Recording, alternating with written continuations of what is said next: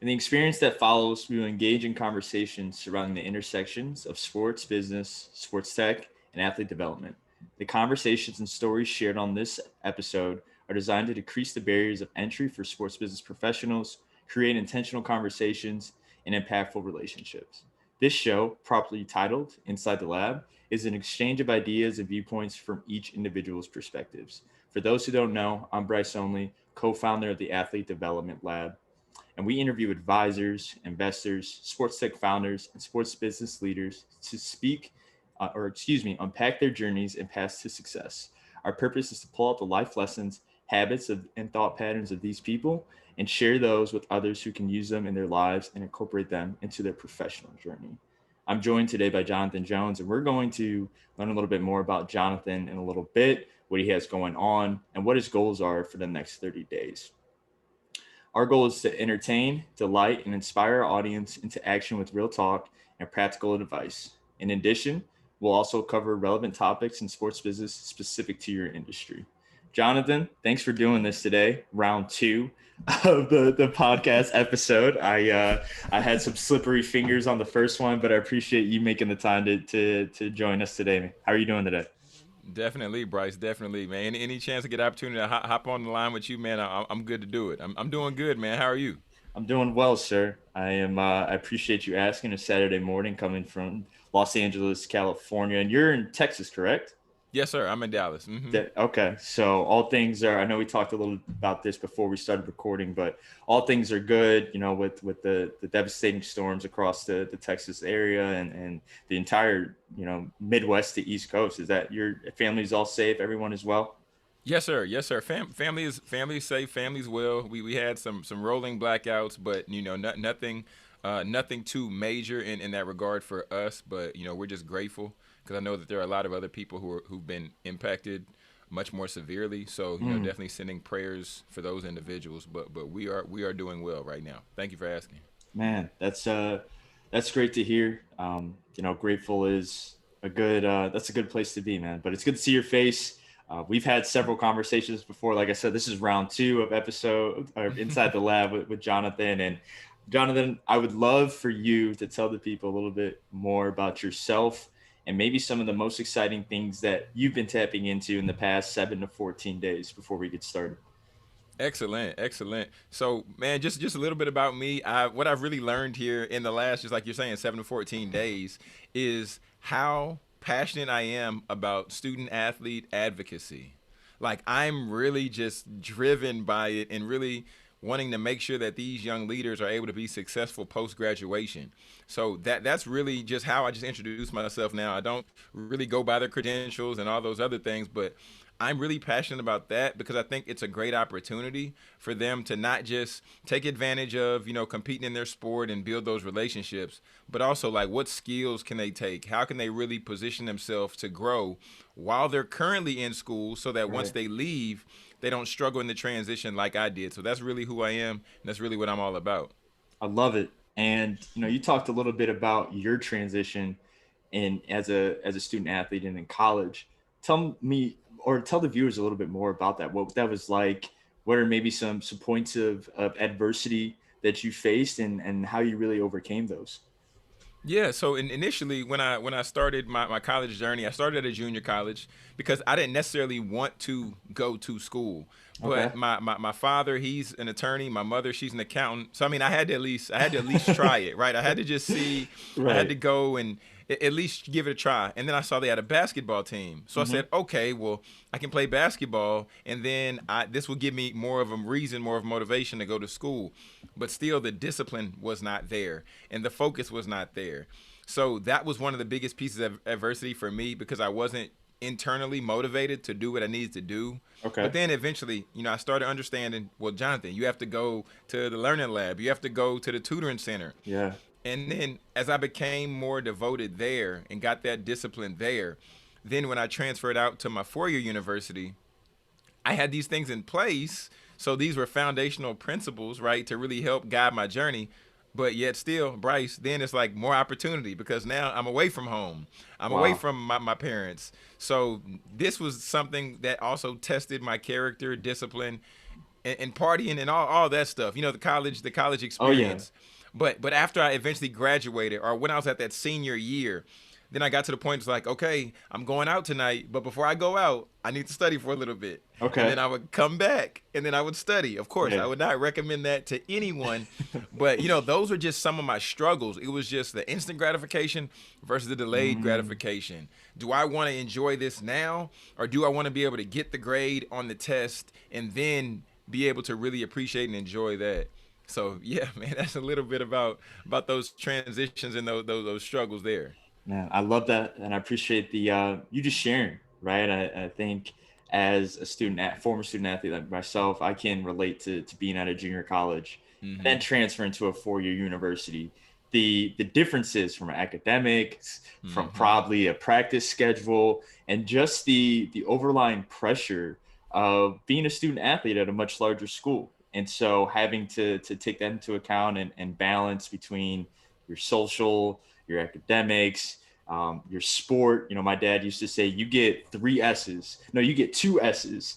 You get your social and your sport, and that's it. Yeah, that's it. Your social time, or not even your sports, is your social time. So you got Oh wow. school and you got your sport, and those are your two social times. And Oh so wow. it's no, you hit on several interesting points, and specifically for you, as like you said, you're extremely passionate about student athlete development and empowering young leaders to tap into their full potential.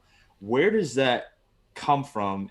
I know you said a little bit more about your athletic journey. That's really Mm-hmm. where that came from. But specifically, was there a key point in your life where you're like, I want to do that, and I'm gonna sprint towards that, and I'm not gonna turn back at all?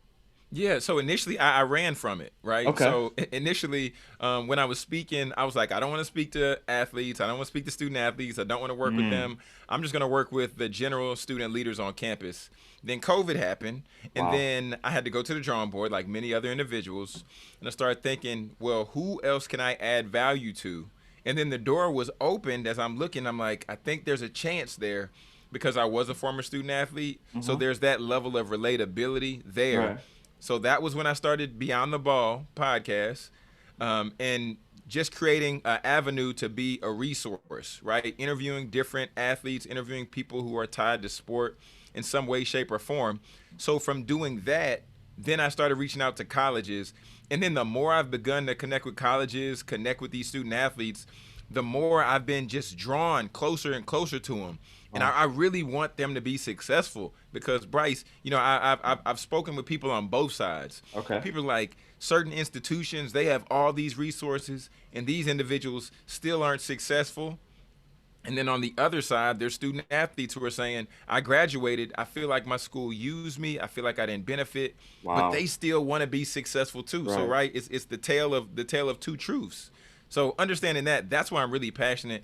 Because I mean, even if it wasn't directly working with student athletes, anybody I'm connected to, I want to see everyone be successful. Right. But ultimately, right now, my heart lies with the student athletes. I love it. I love influencing the young people. But going back to your podcast, Beyond the Ball, check it out. If you can, leave a review. 5 stars, great energy. It's contagious, Jonathan. Thank you. Thank you so much. But let's talk a little bit more about student athletes that you Mm-hmm. work with. Mm-hmm. And is there has have you noticed a difference between, we're in 2021, student Mm-hmm. athletes from 10 years ago, maybe even let's shorten that, from 5 years ago.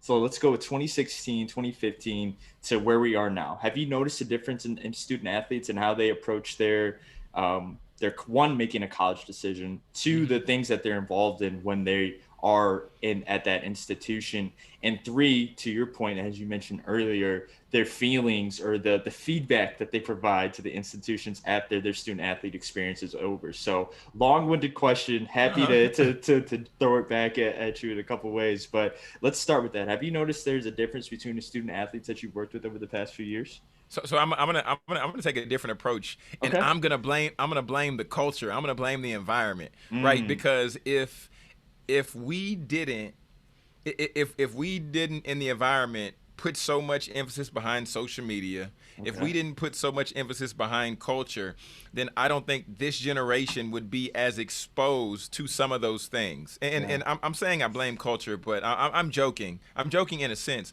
But ultimately, now we see these young leaders who, some of these young men and women are playing for AAU teams, Yeah. and they're playing for the highest of high teams. So they're used to getting all of this gear.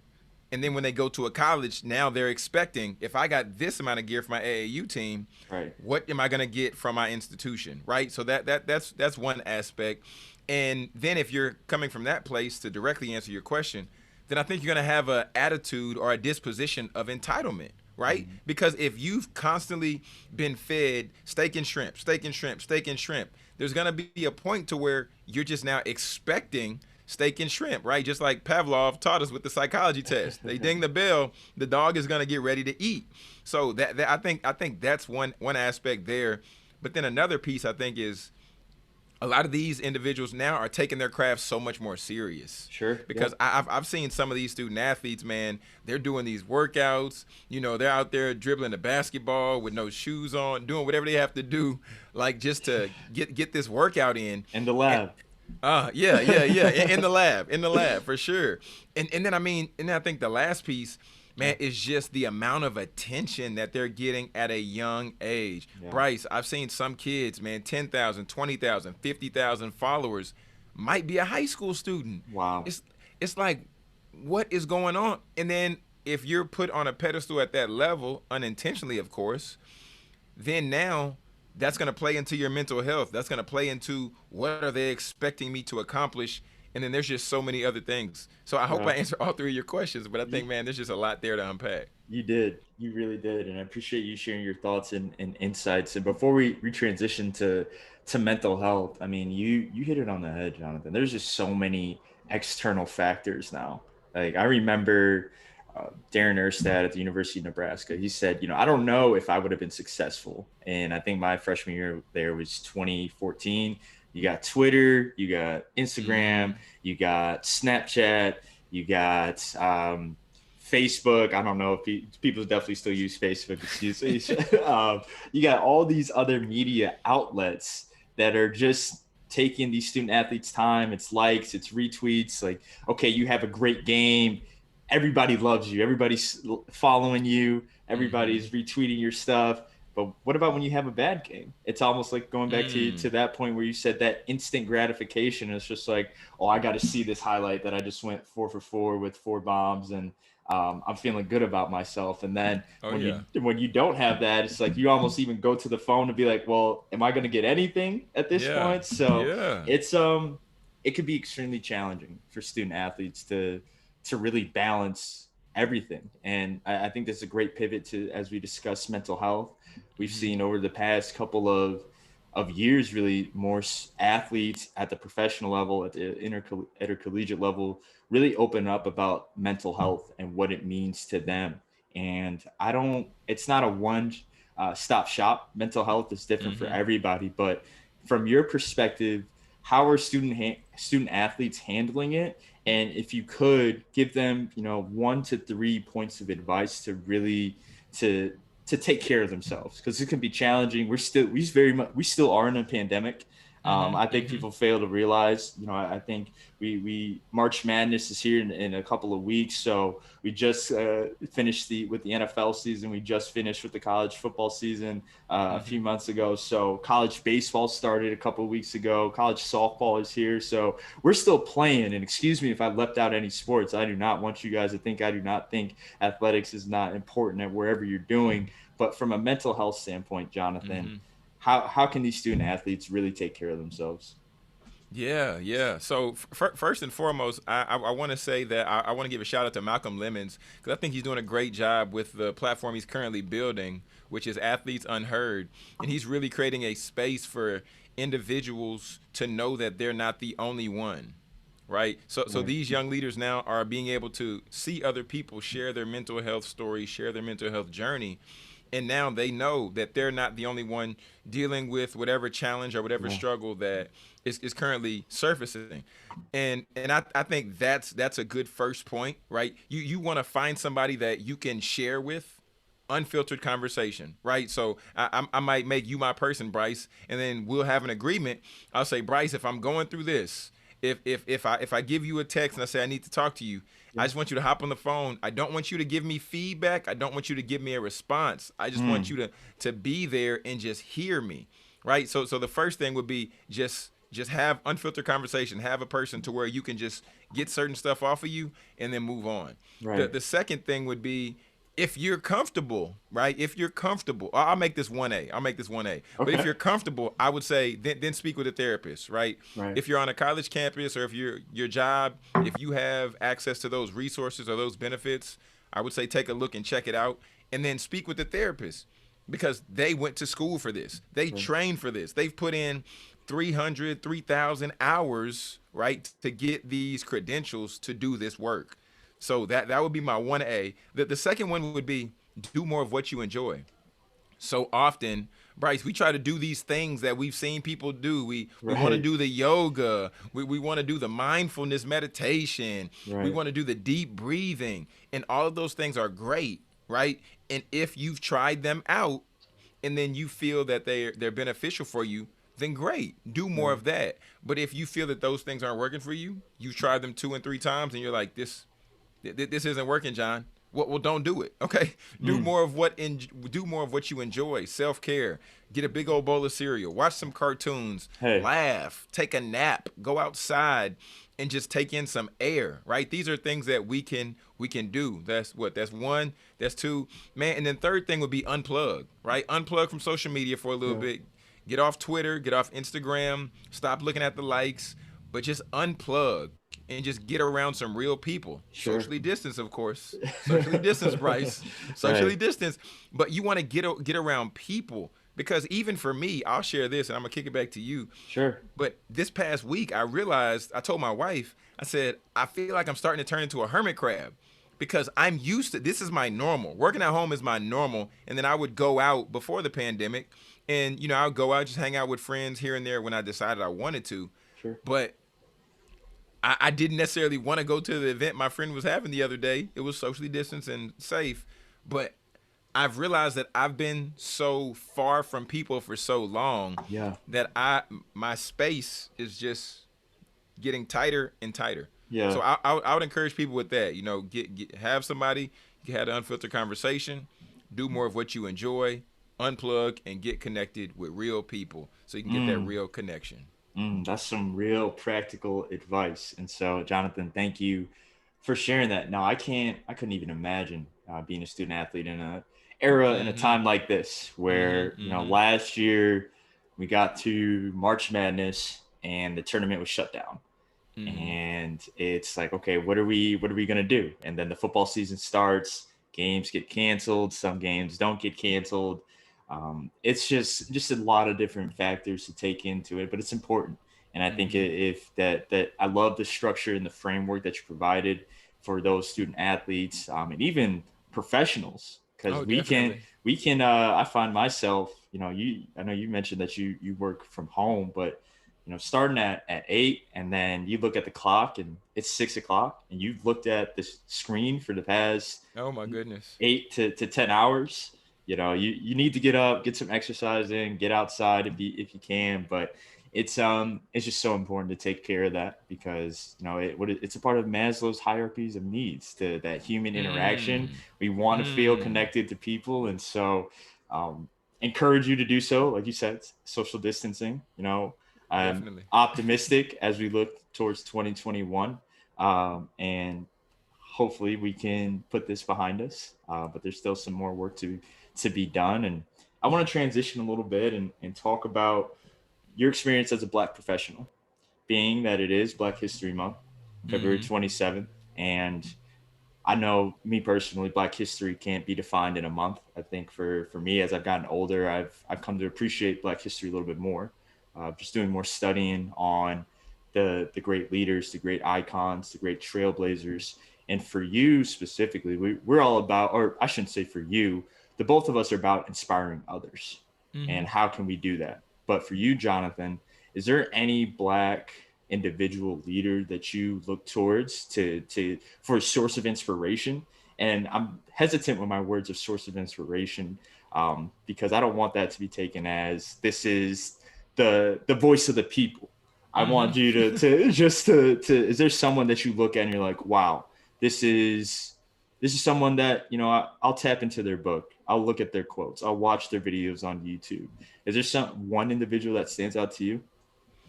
Oh man, that's so tough. So if I had to say one individual, I'm gonna go with my guy, my brother. I consider him a mentor. I consider him a coach. His name is David Shands, and Okay. and David Shands is an individual who he's the entrepreneur of entrepreneurs, right? He has a podcast called Real Social Proof, and I'm a part of his community now where we've been doing a book club. Okay. And the reason I have so much respect for David is because David loves to put people in position to be successful. I love it. He'll introduce you to the right connections, and he'll speak and show you how you can get out of the lifestyle that you don't enjoy and get in the one that you desire, if that be what you desire. But he's so selfless, but at the same time he just speaks from a place of wisdom, Hmm. and he also speaks from a place of not knowing it all, and if he doesn't know, then he'll pass the question to somebody else to allow them to answer. Wow. But without a doubt, David Shands, for the level of influence that he has, 400 plus individuals on this call, the morning meetup, 400 plus individuals in the morning, Wow. entrepreneurs, and we're on what? We're on our third book now of 2020. The one thing, but Wow. David Shands would be my guy right now, without a doubt. I'm gonna have to check it out. You're gonna have to text me his LinkedIn profile or his Instagram. So I'm gonna have to check it out. No, I appreciate you sharing that. It's I like I said, just continue to grow, not Mm-hmm. only as a professional but as a black professional in the space. And it's important to have these conversations as we, the sports world is continuing to make the push forward to be more diverse, to be more inclusive, to have more equity as it relates to these individuals. And I'm excited to see what the sports industry, I mean, sports has always had the unique ability to connect people together. Mm-hmm. And I think it's especially interesting now when we don't have in-person events, and it's still Yeah. connecting people at a level that is just it's unbelievable. And but very fortunate, very grateful to have sport to bring people together. And I'm just excited. I think across the board, across all sporting leagues, they've done the work. And Mm. I'm excited to follow that and measure that and what that looks like from a progression standpoint. But pivoting a little bit, Jonathan, what's exciting you about the next 30 days? Is there a particular project? Don't give us too much details if you don't want to. We don't want you to give any away of your secrets, but what's really exciting you for the next few days? Yeah, so here in the next few weeks we're gonna make some announcements, because I'm not sure if you knew or not, Bryce. I guess it's gonna be like an exclusive, in the lab exclusive. But I'm getting ready to. Well, I've launched the program. It's called Podcasting for Players, Hmm. and I've been partnering with different universities, putting these things in place, helping their student athletes start their own podcasts, right? To position them for, on one side, for name, image, and likeness, but Sure. on the other side, the one I'm really passionate about is career readiness, right? So Right. what skills, tools can they learn and extract from this project to ultimately make them more attractable as a hire? So podcasting for players, man, it's coming soon. We have some big announcements coming out with some universities we're partnering with. So I'm really excited about that because I love podcasting, Yeah. but being able to be in a position to duplicate myself, right, or being able to be in a position to share the wisdom, the insight with from a one to many model. I mean, that really changes the game. So that's what I'm excited about, man, and really looking forward to getting this thing rolling. Exciting. That's exciting. And you said podcast for players, correct? Podcasting for players. Yeah, we have a Podcast. we have an Instagram, podcasting Okay. for players. Okay. I'm gonna make sure to I'll include it in the notes when we put it on YouTube. Podcasting for players, man. I love it. And you're at 100% correct. You talk about career readiness. I mean, not to give too much. I mean, yeah, I'm gonna throw it out there. So if you're a student athlete, you're listening to this, uh, podcasting, I would recommend finding 20 to 25 companies that you're really interested in working for. And if you are starting a podcast, interview 3 to 5 people at those companies and tell me what you think. Send me a DM and see what happens. And I think that's a great opportunity, Jonathan, and I love what you're doing, continuing to inspire others, continuing to empower others, and that's what we're about. And I think that's why we connected. For those who don't know about how Jonathan and I first met, we've never met in person, but through this conversation, I don't think anybody would have ever known that. We When I first moved out to LA, listening to your podcast, and you're like, if you want to connect with me, here's my number, and I'm like, wait, he's just throwing his number out there like that? Okay, let me set up a call. Let me set up a call. And, our relationship has grown and blossomed ever since. And so, with that, Jonathan, is there, for the individuals that are watching this or individuals that are going to be listening to this, what is the best way to get in contact with you? Yeah, the best way to get in contact with me, I would say just get at me on Instagram, Jonathan Jones Speaks. If you don't have Instagram, you should. But you can go to jonathanjonespeaks.com. But just like Bryce said, shoot me a DM or go to my website, and I have a contact tab on the website as well. But now is the time to connect. Like, it really Okay. just makes sense to connect, because Bryce, just like you shared, that's how we connected, and just even like you alluded to a little bit earlier, like having a podcast is a great way for people to connect, because you can bring people in, have them as your guest, and then create an opportunity for them to be able to share the interview, and this allows them to spread their message. But in addition to that, these are people that you can begin to add to your network, and you can Yeah. continue to build these relationships. So Yeah. yes, Jonathan Jones Speaks on everything. And yeah, man, I'm open to all connections. My DMs are open, so holla at me. No, I appreciate that. And like I said, just super grateful that you're doing well. It's good to see your face again. Super grateful that you decided that you wanted to hop on this round two. I deleted for the reason why we're doing this again is I deleted the first episode, and was so hurt by it because it was awesome. We got really in the weeds about everything, but Jonathan, the person that he is, I shot him a text. He's like, "Oh, no sweat. Let's do it this weekend." And so here we are today. So no, Jonathan, it's great to see your face, man. And I'm sure we'll talk really soon. Yes, sir. Yes, sir. Bryce,